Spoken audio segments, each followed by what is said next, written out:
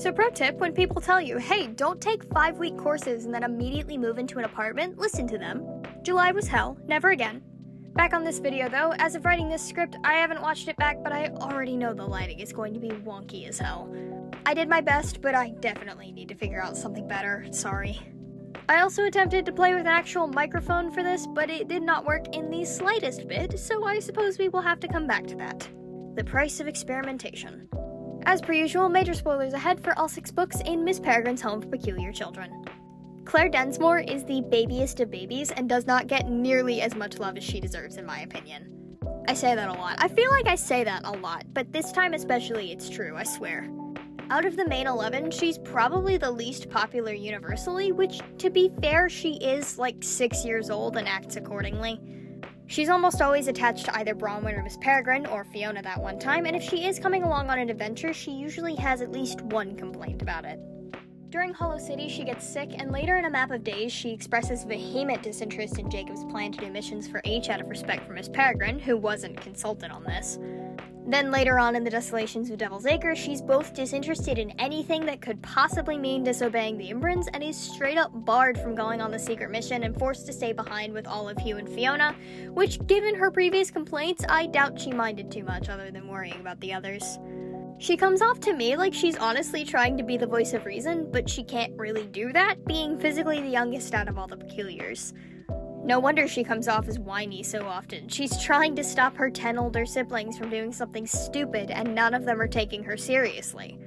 It is slightly annoying because we, the reader, are on the side of the ones trying to do the stupid thing, but that doesn't mean Claire in trying to stop them doesn't have a point. Because she is so little and so very against doing anything Miss Peregrine would disapprove of, she doesn't willingly come on adventures with the others very often. The only time I can remember her actually wanting to come with was that time in Hollow City when she physically couldn't. Other than that, she almost always either sits it out with Olive because it's been declared big kids only, or she flat out refuses to go because it goes against Miss Peregrine's rules. Unfortunately, that means there is less to her character, as Jacob doesn't spend a whole lot of time actually doing the things the Imbrans beg him to please do instead of just going and starting wars. But we do know that Jacob at the very least has somewhat of a soft spot for her, noting a few times that he can't bring himself to disappoint her. Really, the only character she seems to consistently disagree with is Enoch, which is surprising to literally nobody, but she does express a dislike for how much she's babied by the other kids. She is also very stubborn and very adamant that the Imbrans know best, even shouting at Emma when Call releases the Imbrans' deceit in Desolations and the other kids want to investigate instead of immediately siding with the Imbrans. At the end of the same book, when the Cairnholm loop is reinstated, she attaches herself to Miss Peregrine's leg and declares that she's never going to leave the island ever again. If nothing else, Claire is incredibly loyal to her Imbran, and I can't blame her in the slightest bit. I'd follow my mother to the ends of the earth too, especially if mine went through everything Miss Peregrine had to go through. She doesn't do a whole lot in the first book or in the movie, so out of the kids, she's probably the most accurate to the book.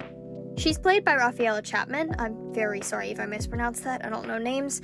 And while she does have a very minor role in the movie, she was often one of the most enjoyable parts for me as a background character, which is incredibly sad given that my favorite fictional character literally ever is a major antagonist for the 2/3 of that movie.